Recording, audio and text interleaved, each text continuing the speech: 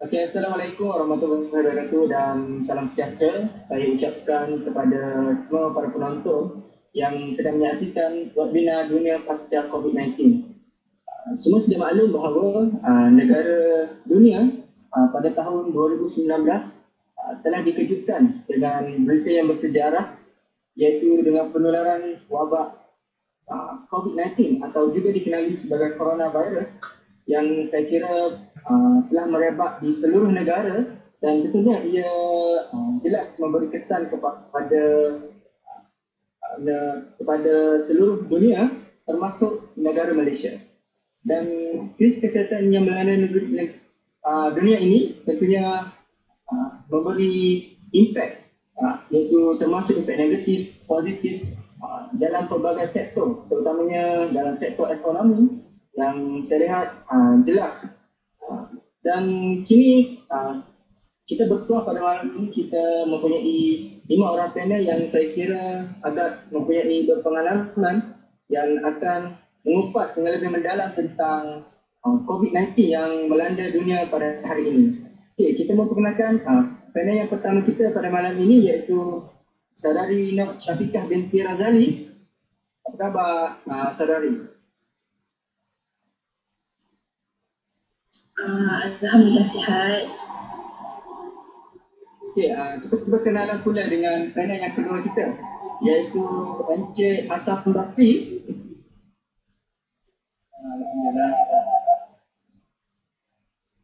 Okey, kita berkenalan pula dengan panel yang ketiga, iaitu Wan Khairi Helmi dan Wan Ahmad. Apa khabar saudara? Alhamdulillah. Kalau tadi kita dah berkenalan dengan panel 1, panel 2, panel 3, kini kita berkenalan pula dengan panel yang keempat, iaitu Muhammad Ruzadania. Ya, saya. Alhamdulillah. Alhamdulillah sihat. Okay, kita berkenalan pula dengan panel yang kelima, saya kira panel yang terakhir pada malam ini, iaitu Saudari Rashidah binti Basman. Apa khabar? Alhamdulillah. Baik, alhamdulillah. Okay, semua sudah maklum bahawa negara kita, tentunya Malaysia, mendapat impak daripada penularan COVID-19. Tentunya ia juga menjejaskan dalam pelbagai sektor, terutama sektor ekonomi. Dan tanpa melengahkan masa lagi, kita terus ke panel yang pertama kita pada malam ini bagi merungkai sedikit pengenalan dan juga mungkin boleh kupas faktor utama yang kerajaan ambil untuk meningkatkan semula ekonomi negara pasca COVID-19 ini. Mungkin saudari boleh kupaskan dengan presentasi saudari. Silakan. Okey, terima kasih kepada moderator. Okey. Saya akan terangkan sedikit berkenaan dengan faktor utama yang diambil oleh kerajaan demi meningkatkan semula ekonomi negara. Okey. Krisis ekonomi ini tentunya bermula sebagai wujudkan penawaran perintah duduk di rumah, langkah sekatan pergerakan dan penjarakan sosial sama ada dikuatkuasakan atau secara sukarela telah menyebabkan aktiviti ekonomi terhenti secara tiba-tiba. Gangguan pengeluaran pula mencipta rantaian bekalan global. Kejutan penawaran ini seharusnya menciptakan tindak balas permintaan yang buruk dan meluas kerana pengurangan pengeluaran telah menyebabkan perniagaan dan isi rumah menanggung kerugian pendapatan yang sangat besar. Bagi ekonomi yang bergantung kepada perdagangan seperti Malaysia, pandemik ini pada awalnya merupakan kejutan penawaran luaran yang buruk yang bermula dari China. Keadaan ini telah menjadikan semakin meluas ekoran pengucupan pengeluaran yang ketara pada peringkat global. Tuntutan ekonomi dan tekanan sosial rakyat ketika ini amat mendesak supaya aktiviti ditamatkan. Kesedaran kehidupan yang terganggu akibat perberhentian aktiviti harian selama sebulan sudah cukup memerikkan mereka. Sebab itu, pilihan antara menyambung atau menamatkan tidak mudah, walaupun data dan statistik kes yang ada memperlihatkan PKP perlu diteruskan sebagai pilihan yang baik. Okey, saya terus masuk kepada faktor.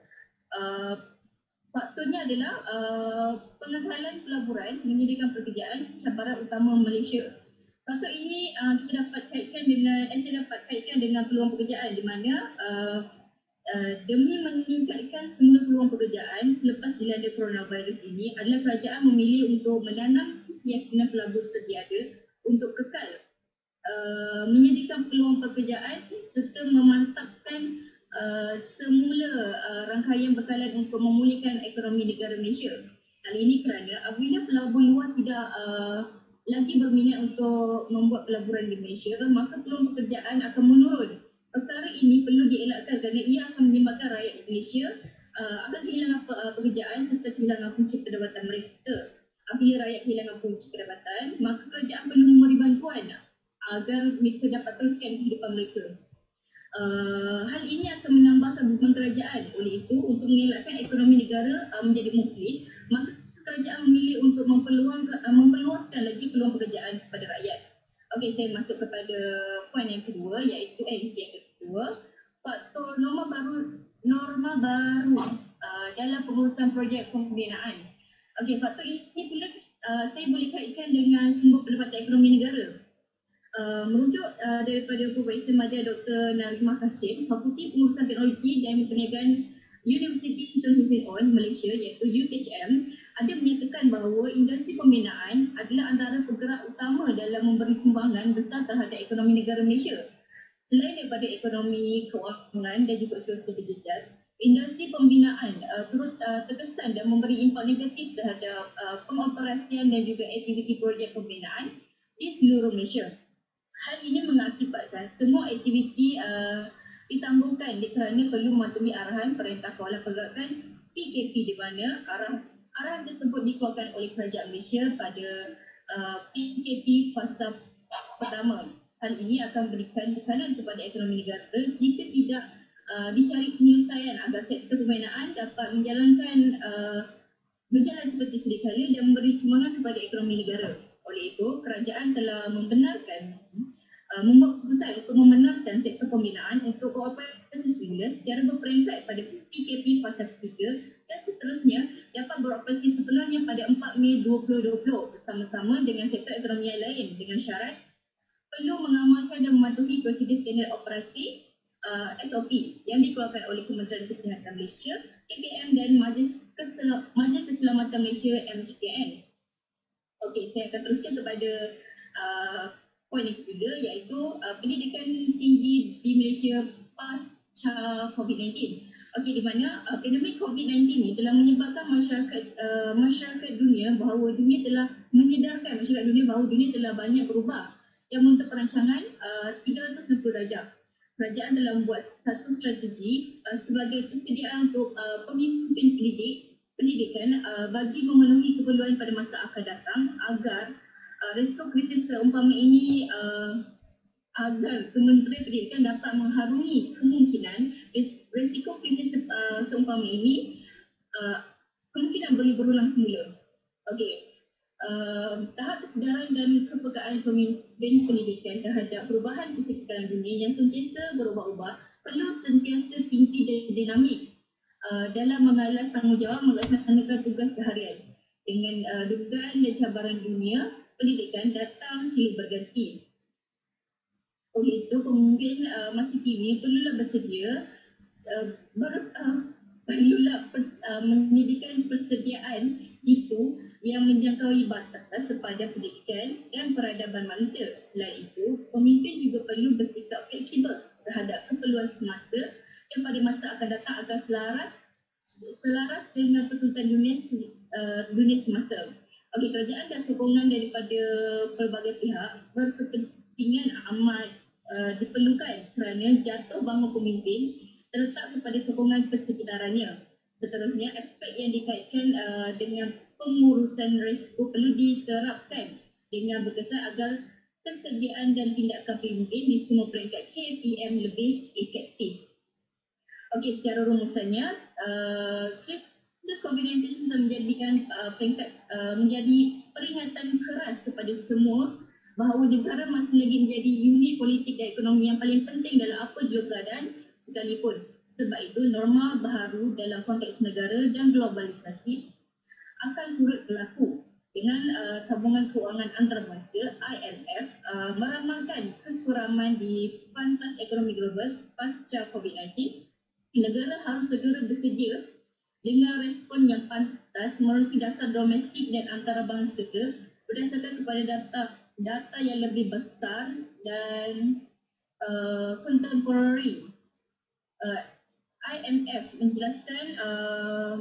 menjangkakan pengucupan 3% ekonomi dunia pada tahun ini lebih teruk berbanding rekod sedia ada iaitu 1% ketika krisis kewangan dunia pada 2019. Begitu seriusnya cabaran norma baharu ini, ekonomi global yang bakal kita tempuhi. Ketika ini, langkah efektif bagi mencegah inflasi, meningkatkan kadar pengangguran dan tekanan sistem kewangan kepada pengurusan sama ada besar, sederhana ataupun kecil, perlu dijaga segera. Pakej rancangan ekonomi sedia ada juga perlu ditambah baik dan dipertingkatkan terutamanya untuk memanjangkan jaringan keselamatan sosial rakyat untuk jangka yang panjang. Dari situ, sistem ekonomi yang perlu kita persiapkan selepas wabak ini tidaklah perlu berpandangan jauh, tetapi mesti lebih lasak dan berdaya globalisasi ekonomi jauh lebih globalisasi politik. Selagi ini berlaku, kita harus berusaha untuk mencari keseimbangan yang lebih baik antara memanfaatkan globalisasi dan tahap kemandirian yang diperlukan. Terima kasih.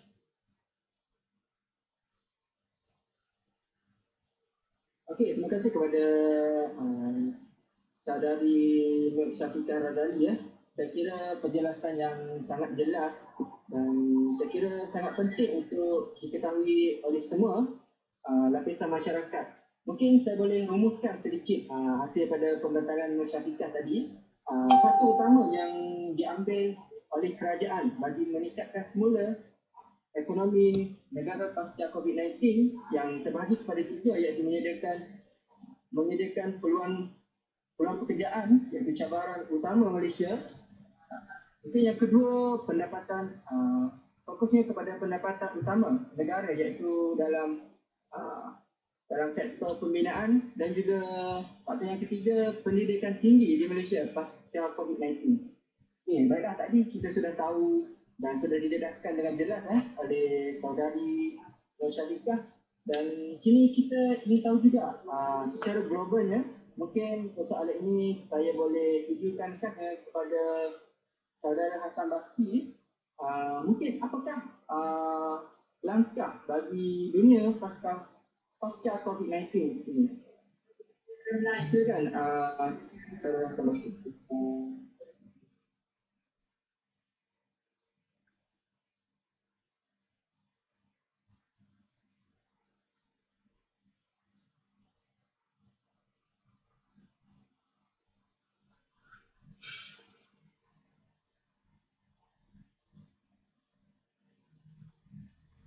Okey, sekejap ya.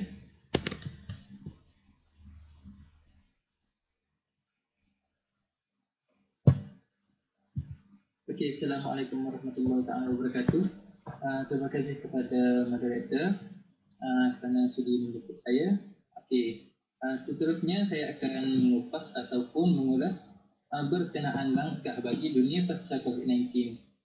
Okay, sebagaimana yang telah diberitahu oleh Syafiqah tadi, COVID-19 merupakan satu ancaman ataupun musuh kita dari segi wabak lah. Okey, justru terdapat beberapa langkah bagi dunia pasca COVID-19. Okey, seterusnya saya memilih daripada sektor ekonomi lah. Sebagaimana yang kita ketahui, pandemik COVID-19 ini telah menyebabkan kebanyakan ekonomi di seluruh negara di dunia mengalami kemerosotan yang agak teruk. Kerana COVID ni dia bukan sahaja melanda Malaysia, tapi di peringkat dunia. Justru bukan Malaysia saja yang mengalami kemerosotan ekonomi, malah ia turut terjejas di negara-negara sedunia lah. Okey, seterusnya dalam ekonomi ni dia mengurangkan kebergantungan daripada maafkan saya. Sebagaimana yang kita ketahui, setelah di Malaysia terjadi masuknya wabak COVID-19 ini, pihak kerajaan terpaksa membuat PKP ataupun kawalan pergerakan kerana bagi membendung wabak ini supaya tidak terus dijangkitilah. Oleh itu akibat daripada pandemik ini juga menyebabkan banyak individu ataupun pekerja-pekerja yang terpaksa dibuang kerja. Oleh itu langkah yang perlu diambil oleh pihak kerajaan ialah sebagaimana kita ketahui, saya memetik daripada Jabatan Perangkaan Malaysia, iaitu pada tahun 2010 sebanyak 697,150 orang dalam sektor perkilangan. Itu melibatkan individu luar ataupun pekerja asing. Ini merupakan satu angka yang terlalu banyak. Okey, bagi langkah pasca COVID-19 ini, pihak kerajaan perlu mengutamakan rakyat tempatan dalam memilih untuk bekerja kerana bagi membantu rakyat dalam melaksanakan ataupun mengekalkan ekonomi yang sedia ada. Seterusnya, pihak kerajaan juga sebelum ini ada melaksanakan dasar bagi mengurangkan dominasi pekerja asing.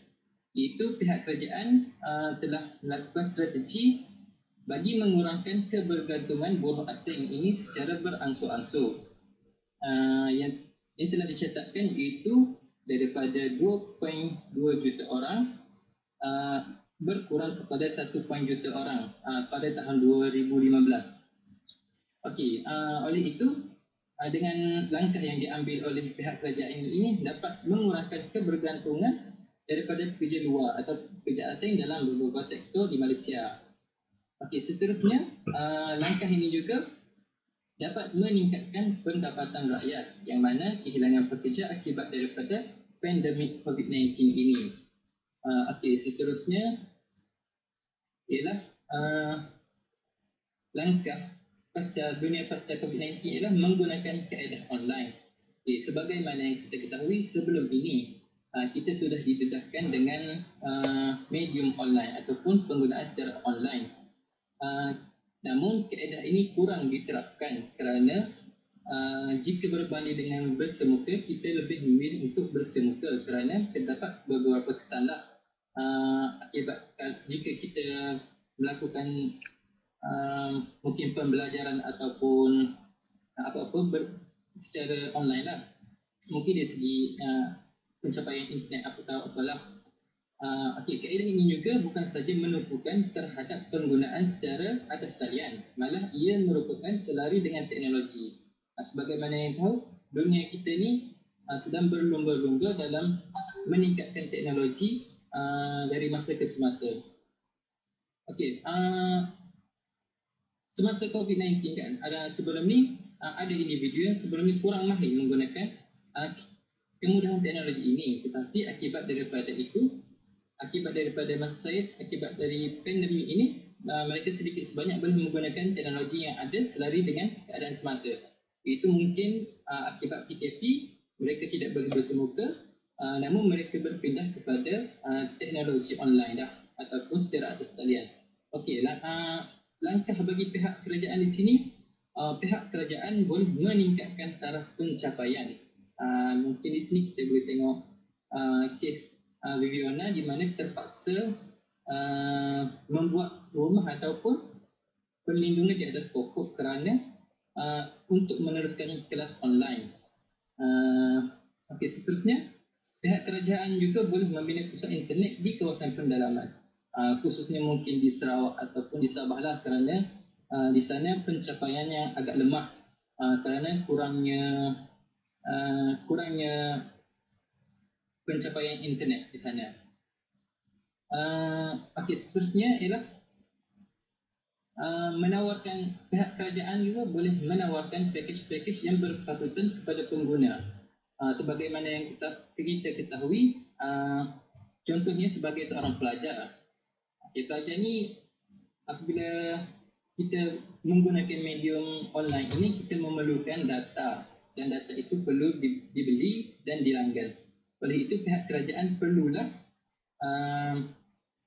menolong dari segi mungkin memberi diskaun kepada pelajar bagi mereka ini supaya tidak terbeban dengan kemudahan ataupun dengan cara menggunakan kaedah online ini.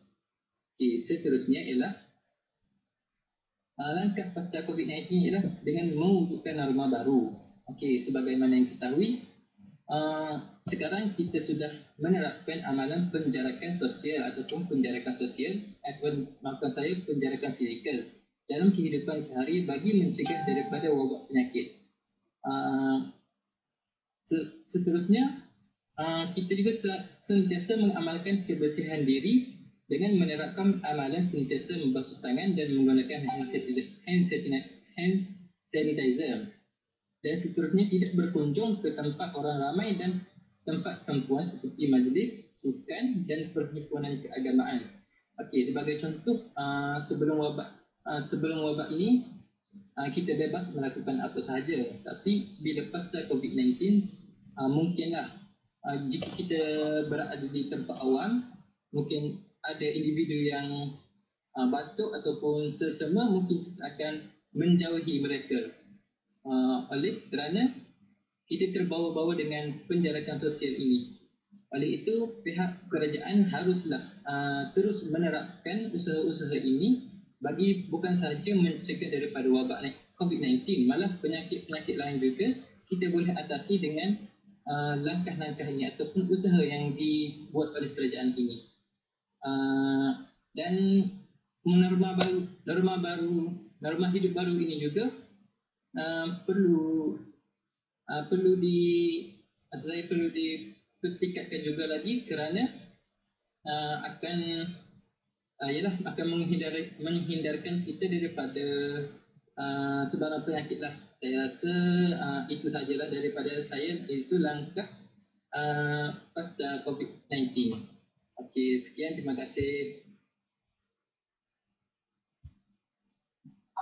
Okey, terima kasih kepada Saudara Hassan Basri. Agak menarik dengan pembincangan beliau tentang langkah-langkah yang telah diambil, dan saya tertarik dengan satu langkah yang menyatakan tadi penggunaan kaedah online. Dan saya kira program ini juga menggunakan kaedah online yang tentunya sudah menjadi kebiasaan semua lapisan masyarakat, terutamanya pelajar-pelajar universiti lah, saya kira. Dan ini juga norma baru yang perlu diperhatikan dalam kehidupan kita seharian. Okey, baiklah, terima kasih kepada Saudara Hassan Basri sekali lagi. Mungkin masyarakat melihat hanya kepada kesan negatif saja tentang COVID-19 ini. Mungkin di sebalik kesan negatif ini, mungkin terselit juga ada kesan positif yang mungkin boleh dikupas oleh Saudara Wan Khairi bin Wan Ahmad. Mungkin boleh ceritakan sedikit apa impak net positif yang boleh diambil ekoran pandemik COVID-19 ini. Silakan saudara. Terima kasih kepada pengurusi majlis, moderator juga. Seperti mana kita tahu, negara kita telah dikunjungi oleh penyakit, iaitu pandemik COVID-19 ataupun COVID-19. Di sebalik apa yang berlaku, terdapat hikmah yang kita dapat rasai kini. Saya mengupas balik apa yang diperkatakan oleh Hassan Basri dan Nur Syarifah Ghazali bahawa PKP yang bermula pada 18 Mac yang lalu telah memberi impak kepada negara kita. Contohnya impak peningkatan teknologi komunikasi yang diperkatakan yang kita tengah guna sekarang ini. Kerajaan telah memberikan sokongan, iaitu Perdana Menteri Tan Sri Muhyiddin Yassin ada mengumumkan pakej bajet internet sebanyak RM600 juta ringgit untuk syarikat telekomunikasi untuk meningkatkan rangkaian di seluruh negara kita. Seperti mana kita tahu, kerajaan juga telah memberikan rangkaian internet percuma kepada para pelajar untuk meneruskan kelas online. Bagi saya ini satu inisiatif yang baiklah yang kita dapat puji pihak kerajaan yang menjalankan perkara ini dengan amat wajar dan cepat sekali.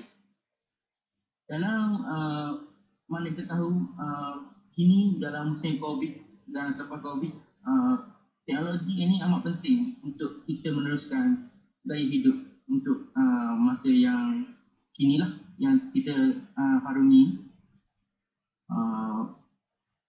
Dalam situasi COVID, norma baru sentiasa diamalkan, iaitu dengan meminimalkan perjumpaan secara bersua muka.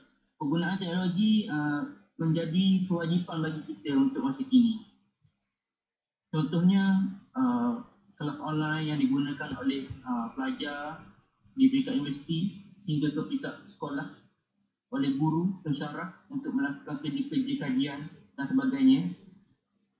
Seperti mana kita tahu, kawasan luar bandar sebelum ini mengalami masalah internet yang diperkatakan oleh Hassan Basri, iaitu pelajar Sabah Sarawak hingga perlu memanjat pokok, naik ke gunung dan sebagainya semata-mata untuk mendapatkan rangkaian telekomunikasi lah. Dengan bantuan kerajaan ini, ia dapat mengurangkanlah apa yang berlaku di kawasan-kawasan pedalaman dan juga peningkatan infrastruktur komunikasi digital juga bertambah. Lagi seterusnya, apa yang saya ingin katakan ialah penjimatan kos pelajar yang kita semua dapat rasai pada masa kini. Contohnya, pelajar-pelajar tidak perlu berada di kolej ataupun di asrama sebagainya, kerana hanya perlu duduk di rumah. Bagi pelajar-pelajar yang kreatif, beliau boleh menggunakan masa dan ruang yang ada untuk bekerja sambilan, tapi tidak seharusnya meninggalkan pelajaran lah. Ada juga yang membantu ibu bapa. Selain daripada selain daripada pelajar IPT yang mendapat manfaat, pensyarah juga mendapat terpias positif akibat COVID-19 ini dengan mengamalkan norma-norma baru seperti dapat menjimatkan masa dan kos untuk melaksanakan mesyuarat secara bersua muka.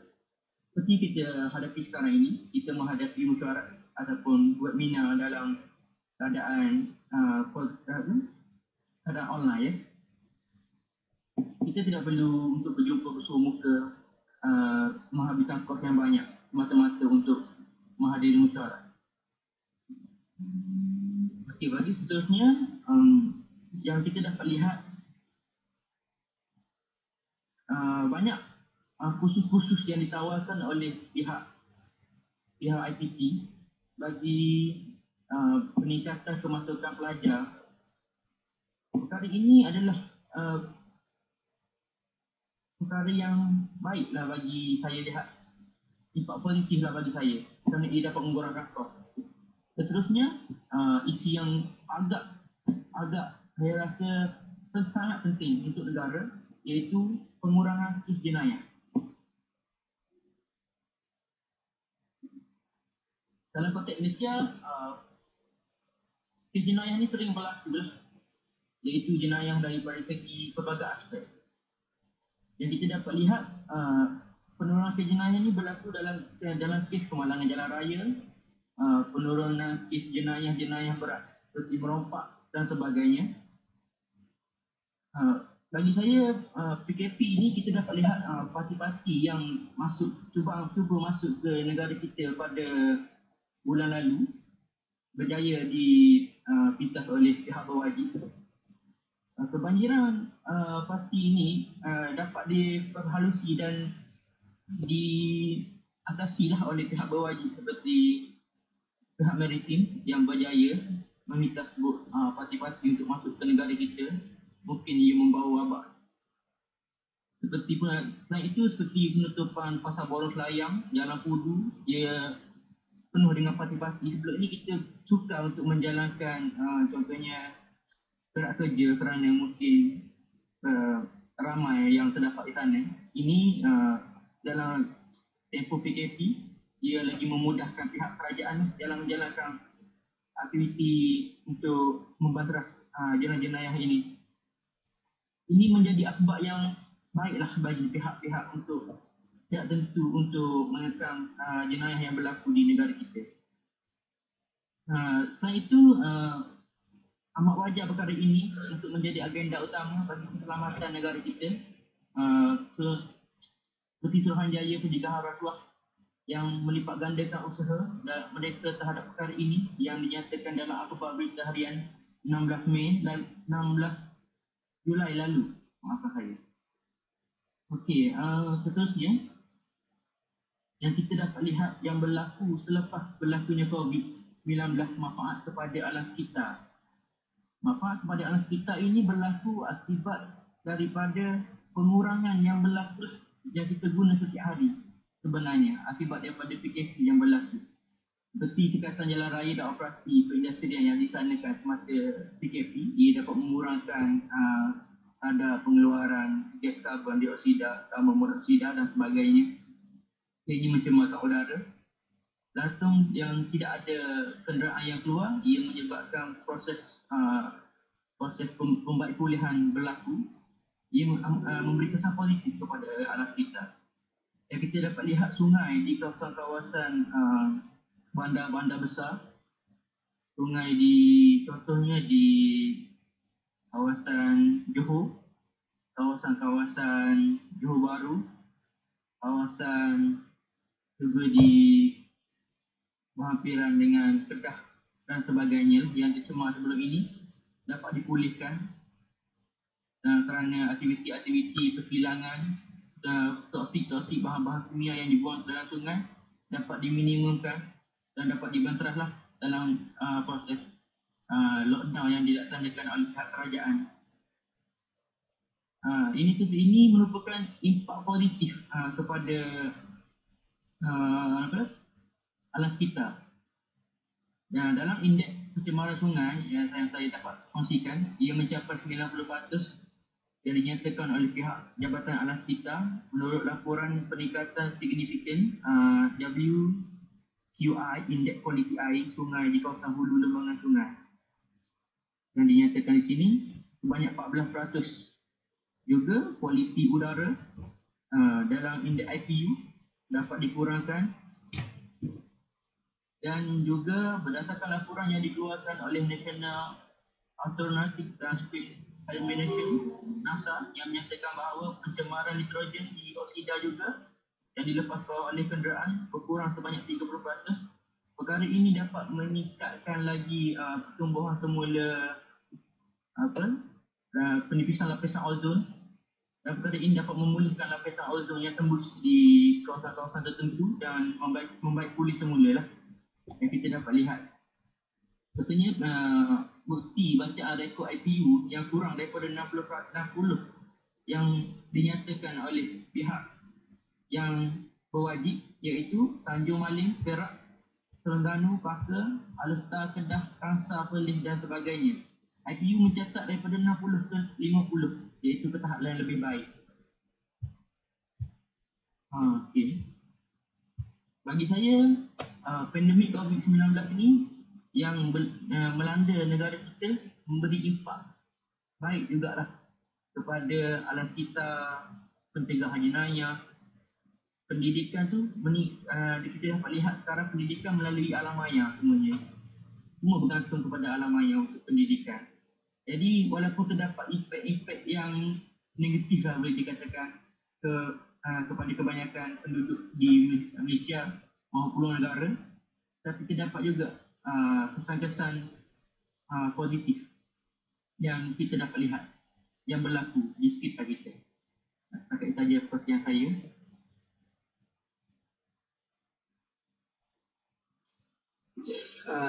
Okey, baiklah, terima kasih kepada saudara Wan Khairi Helmi.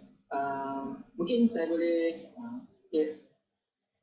menyatakan isu penting yang telah dinyatakan tadi, iaitu peningkatan teknologi telekomunikasi, penjimatan kos belajar, pengurangan jenayah dan juga manfaat kepada kita. Dan saya tertarik dengan isu ini, dan saya juga ada terbaca satu artikel yang menyatakan lapisan ozon di dunia kita semakin pulih, dan itu telah dilihat menggunakan udara satelit. Dan baiklah, tadi kita telah menelusuri kesan positif, namun memang tidak dapat dinafikan ia juga telah memberi kesan yang negatif kepada negara dan terhadap sesuatu negara.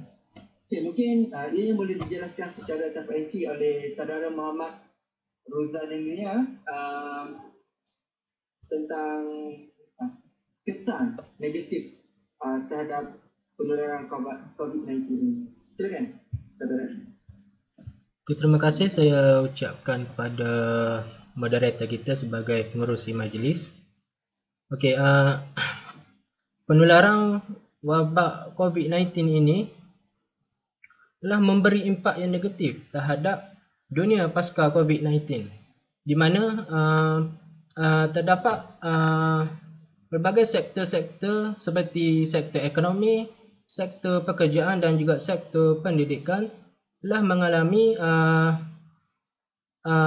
mengalami kesan yang buruk kurang daripada penularan wabak COVID-19 ini.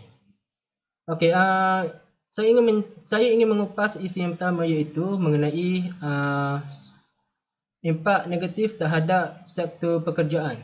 Okey, sektor pekerjaan seperti yang kita sedia maklum merupakan satu perkara yang amat penting kepada masyarakat kita, kerana sekiranya kita tiada pekerjaan, maka dengan apa yang kita mampu untuk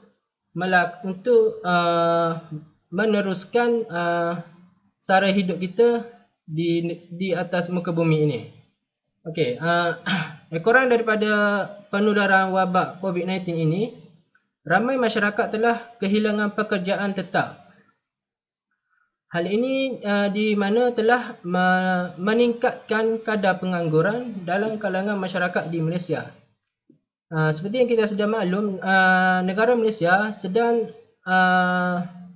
berusaha untuk mengurangkan kadar pengangguran dalam kalangan masyarakat di Malaysia, tetapi kurang daripada wabak COVID-19 ini telah menyebabkan usaha kerajaan itu terbantut untuk dilaksanakan.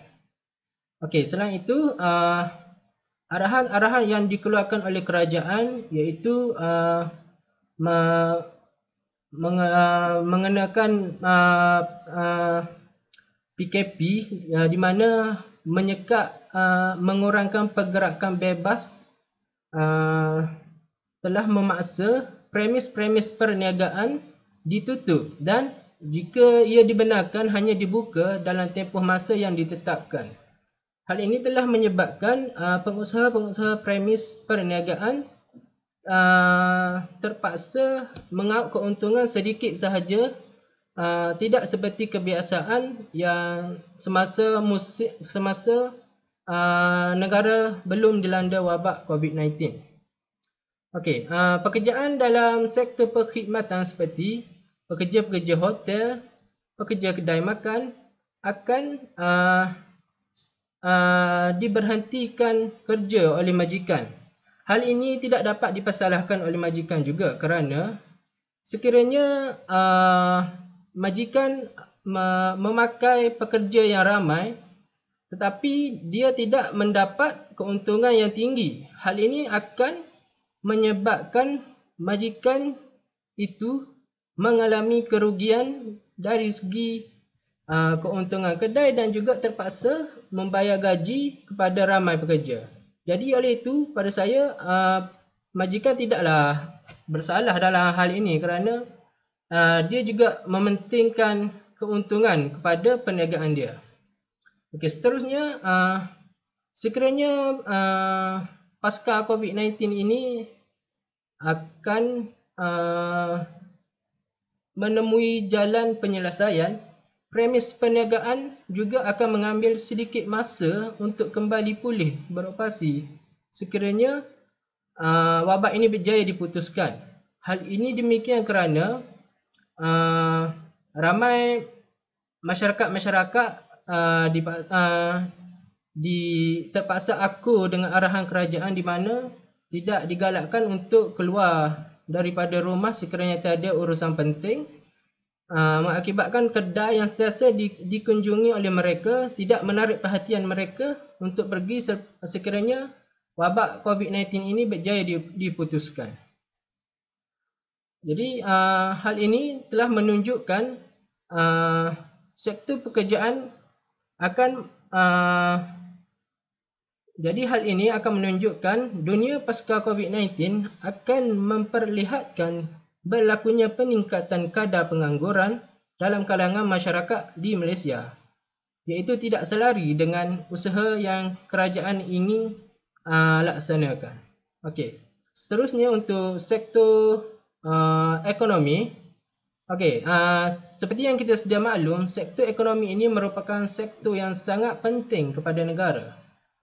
Hal ini menyebabkan hal ini dapat kita lihat apabila sektor ekonomi iaitu aktiviti ekspor dan import yang dilakukan oleh negara Malaysia terhadap negara-negara luar terpaksa diperlahankan ekoran daripada penularan wabak COVID-19 ini.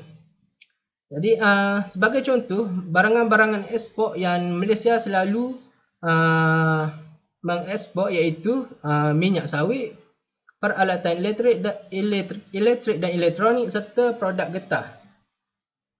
Jadi penularan wabak COVID-19 ini telah menyebabkan seluruh negara terpaksa memperlahankan aktiviti ekspor dan import antara negara dan negara yang lain. Jadi hal ini dapat kita lihat bahawasanya berlaku kepincangan dalam sektor ekonomi negara. Seterusnya, kekurangan berlakunya pertukaran wang asing yang merupakan salah satu sumber pendapatan negara.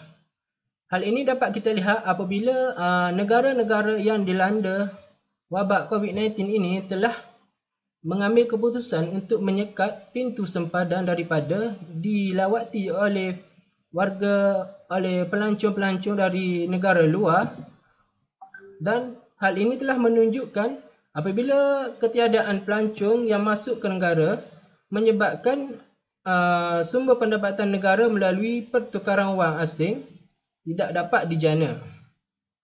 Okey, seterusnya iaitu negara terpaksa memberi kebenaran kepada rakyat untuk membuka akaun kedua KWSP untuk mengeluarkan wang bagi menyara kehidupan. Okay, seperti yang kita sedia maklum, kerajaan telah memberi kebenaran kepada rakyat untuk membuka akaun KWSP kerana negara telah mengalami permasalahan dari segi sumber pendapatan. Jadi dunia pasca COVID-19 ini telah memperlihatkan sektor ekonomi negara berkemungkinan akan mengalami sedikit masalah untuk bangkit daripada kejatuhan dan mengambil sedikit masa untuk membaik pulih dari segi ekonomi ini. Seterusnya saya ingin mengupas iaitu sektor pendidikan. Okey, kesan daripada penularan wabak COVID-19 ini telah menunjukkan banyak sekolah terpaksa ditutup dalam tempoh masa yang agak lama. Hal ini telah menyebabkan pelajar-pelajar akan merasakan diri mereka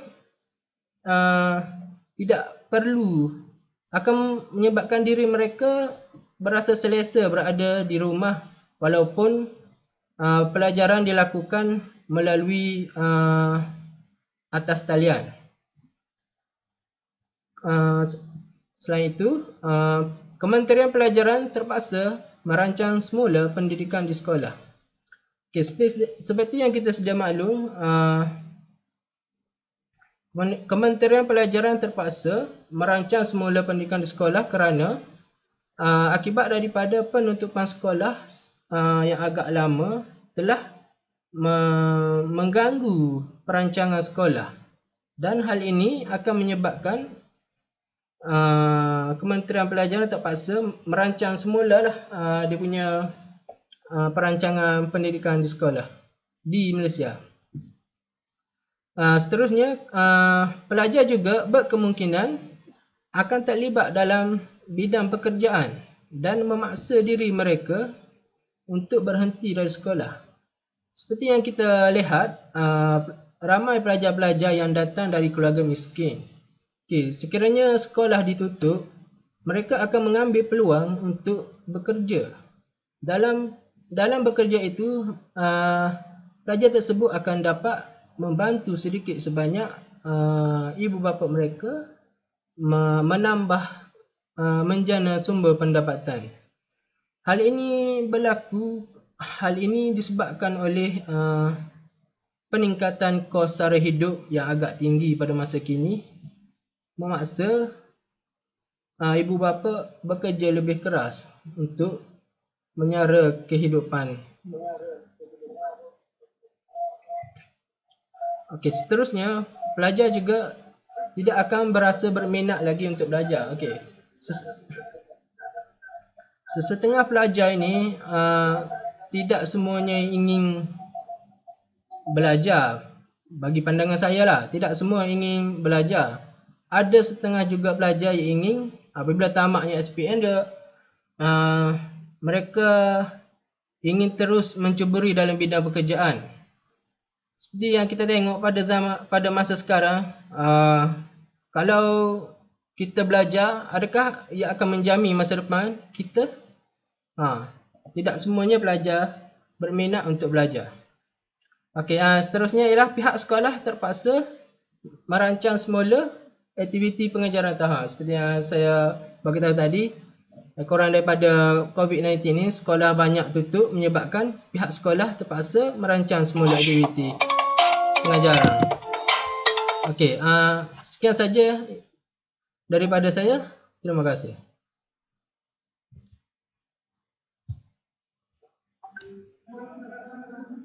Okey, terima kasih kepada saudara Zidania tentang impak negatif yang saya kira terlalu banyak penjelasan-penjelasan yang dibuat. Okey, kita tengah masa mencuburi kita terus ke panel yang terakhir, saya kira Rashidah binti Rasman bagi membentangkan objektif dasar luar di Malaysia. Okey, silakan saudara.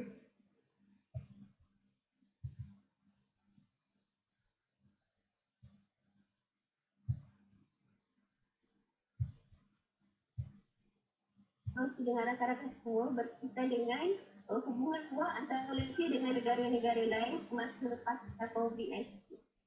Seperti yang kita sudah maklum, Malaysia telah mendapat banyak perhatian daripada negara-negara luar. Biarpun pada awalnya Malaysia merupakan negara yang paling terjejas di Asia Tenggara, tetapi pada masa kini negara kita merupakan sebuah negara yang disebut-sebut sebagai negara contoh dalam menangani krisis COVID-19. Objektif dasar luar di Malaysia pada umumnya adalah bertujuan untuk menjaga, mempertahankan dan memajukan kepentingan Malaysia di peringkat global untuk menangani perkembangan dan cabaran politik, ekonomi, keselamatan dan sosial di pentas dunia, dapat memupuk hubungan baik serta dapat mengeratkan kerjasama dengan negara lain. Dan yang keempat adalah menjaga, mempertahankan kemerdekaan, kedaulatan dan keselamatan Malaysia. Jika kita lihat berdasarkan keempat-empat objektif dasar luar ini sangat memenuhi kriteria ataupun memberi kesan kepada negara kita terutamanya semasa COVID-19. Seperti yang telah saya nyatakan tadi, iaitu dengan menangani perkembangan dan cabaran politik, ekonomi, keselamatan dan sosial di pentas dunia dan memupuk hubungan baik serta dapat mengeratkan kerjasama dengan negara-negara luar. Seterusnya, ini saya sebutkan negara-negara yang sedia dalam membantu COVID-19. Antaranya ialah, iaitu negara India, Arab Saudi, China, Korea Selatan, Jepun, United Kingdom dan negara-negara ASEAN yang lain.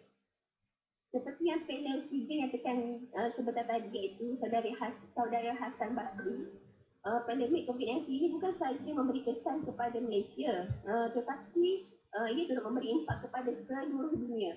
Oleh itu perlunya kerjasama dengan negara-negara luar untuk membantu antara satu sama lain dalam menangani pandemik ini.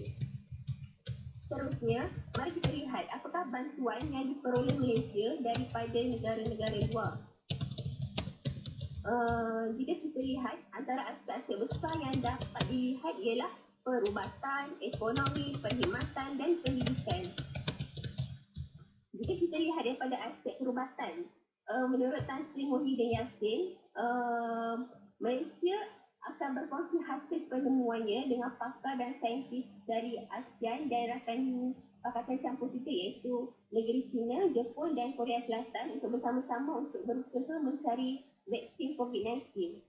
Selain itu, antara kehebatan Malaysia ialah dengan satu surat daripada Hishamuddin kepada kerajaan luar yang merupakan Menteri Luar, mereka telah menyumbang lebih 700,000 peralatan perubatan secara percuma kepada Malaysia. Selain itu, jika kita lihat, negara Arab Saudi juga telah mendapat perkenan daripada Raja Saudi iaitu Raja Salman Abdul Aziz Al Saud, di mana mereka telah menyumbang lebih 7 juta peralatan perubatan. Selain kerajaan Arab Saudi juga telah menyumbang lebih 7 ton peralatan perubatan kepada Malaysia. Seterusnya, aspek yang kedua ialah ekonomi. Jika kita lihat, kerajaan Arab Saudi telah menyumbang bantuan peralatan perubatan iaitu sejumlah besar alatan perubatan. Dan Malaysia juga telah berbalas dengan menyumbang 8 tan makanan kepada negara itu. Kenyataan ini telah diperakskan oleh Khalid Ghanem Al-Ghaz yang merupakan duta Arab Saudi di Malaysia.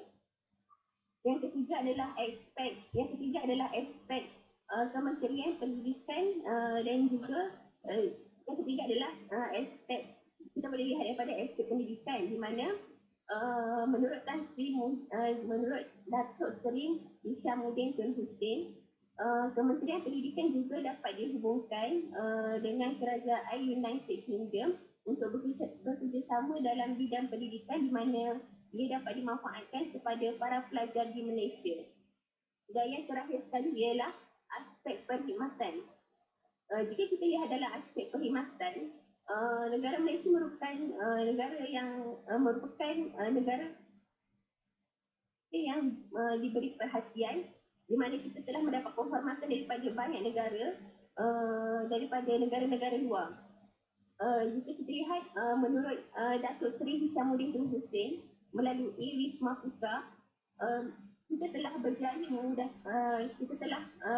memudahkan cara urusan kepulangan lebih 20,000 rakyat Malaysia yang terkandas di negara-negara luar. Jika kita lihat misalnya contoh, kerajaan India telah memberi kebenaran kepada kita untuk mendarat khas kepada lebih 18 pesawat dari Malaysia untuk bawa keluar lebih 3,000 rakyat kita yang terkandas di negara mereka. Jumlah ini merupakan jumlah yang sangat besar jika kita lihat kerana ianya memberi kesan sekiranya mereka terkandas di negara luar, dia akan memberi kesan kepada mereka di mana kita perlu menjaga kebajikan mereka. Okey, secara rumusnya kita saya nyatakan di sini bahawa pentingnya kerjasama dengan negara luar kerana di samping kita mendapat manfaat daripada negara luar, kita juga turut dapat memberi manfaat kepada mereka. Dengan kata lain adalah give and take. Okey, sekian itu saja daripada saya. Sekian, terima kasih. Okey, terima kasih kepada saudari Rashidah. Saya kira ini merupakan panel terakhir pada program kita pada malam ini. Saya kira penjelasan yang cukup menarik daripada kelima-lima panel yang kita jemput khasnya pada malam ini. Mungkin saya boleh rumuskan balik apa yang telah dinyatakan oleh panel pertama kita yang telah mengupas faktor utama yang diambil oleh kerajaan demi meningkatkan semula ekonomi negara pasca COVID-19. Dan juga panel yang kedua kita telah membincangkan langkah bagi dunia lepas COVID-19, dan juga panel yang ketiga telah membincangkan kesan yang negatif kepada negara, iaitu